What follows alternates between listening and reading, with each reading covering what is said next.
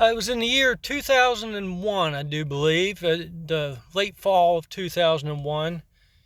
Me and Kate, my kid's mom, was coming back from Pennsylvania to West Virginia, and we were off the interstate and getting more towards the mountains and stuff. And I was going pretty fast, but we hadn't got up to the real mountains yet. We were coming between Cumberland and Westernport, Maryland, and there was a pretty nice straight road there. And I was speeding. I was going like 70, something like that. And, but it was like a nice straight road, and it's nighttime. Headlights weren't a problem. And Kate says to me, "You need to slow down. You're going to get a ticket." And I'm like, "Nah, the cops are all closer up there to the interstate." She said, "Well, then you might end up hitting a deer." And I'm like, "Let's just make some good time. Just stop nagging me." And all of a sudden, boom, I hit a deer. And I centered it on the front of this Mazda 323. And the way the hood dives down, look at me smiling. I know, I'm sorry, but it's funny. It gets funny. It wasn't funny for that deer at the time, and it certainly wasn't funny for me at the time, because I got like, if you want to see a "see I told you so" look, it's like, yeah, I felt stupid, and I was stupid, so because I was wrong. So anyhow, but you heard of the company DuPont.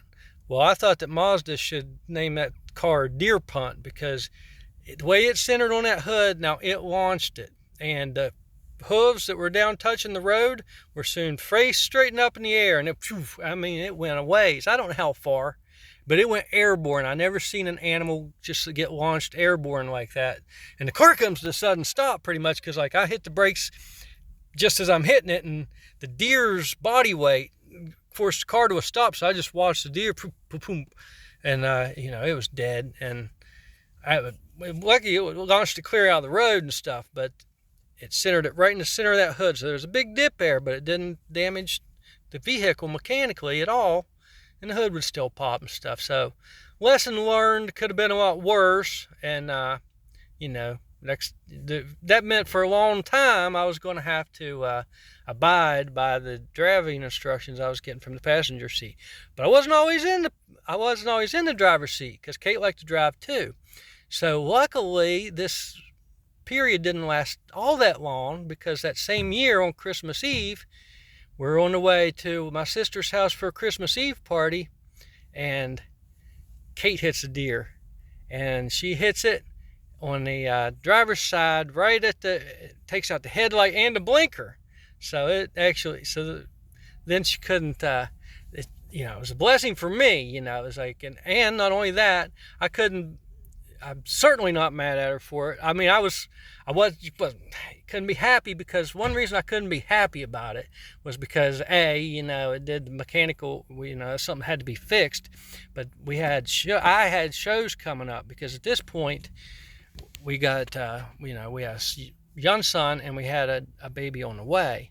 So, I had to go do shows by myself sometimes, because Kate was pregnant, and it was winter time. And so I was going down to Hampton, Virginia to do some shows on New Year's Eve, and we didn't have the money to get the vehicle fixed before I went.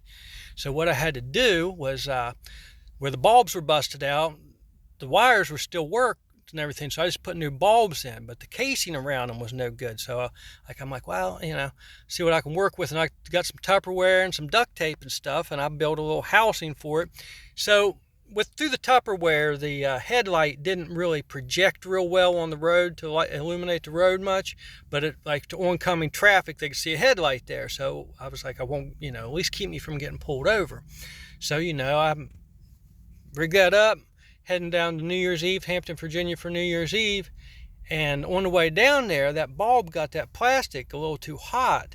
And slowly but surely, it wore a little hole in it. And once it wore that hole in it, the air came in, started rattling that bulb around, and broke it.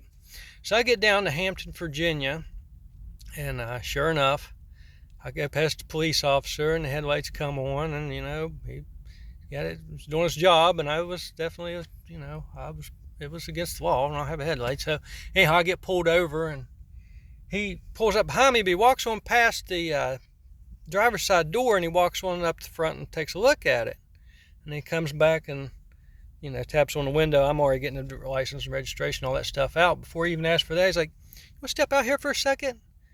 And so I get out of the vehicle. He's like, come here in front of this car with me.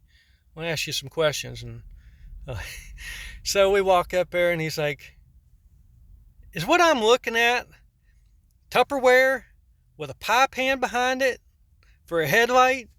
And I said, yes, sir, it is. He said, buddy, I don't know what you can get away with in West Virginia, but that's going to get you in some trouble here. And I'm like, yeah, I see that it has. And he's like, well, the trouble's not going to come from me. Good luck. I hope you make it back to West Virginia without getting pulled over again. And I didn't, luckily.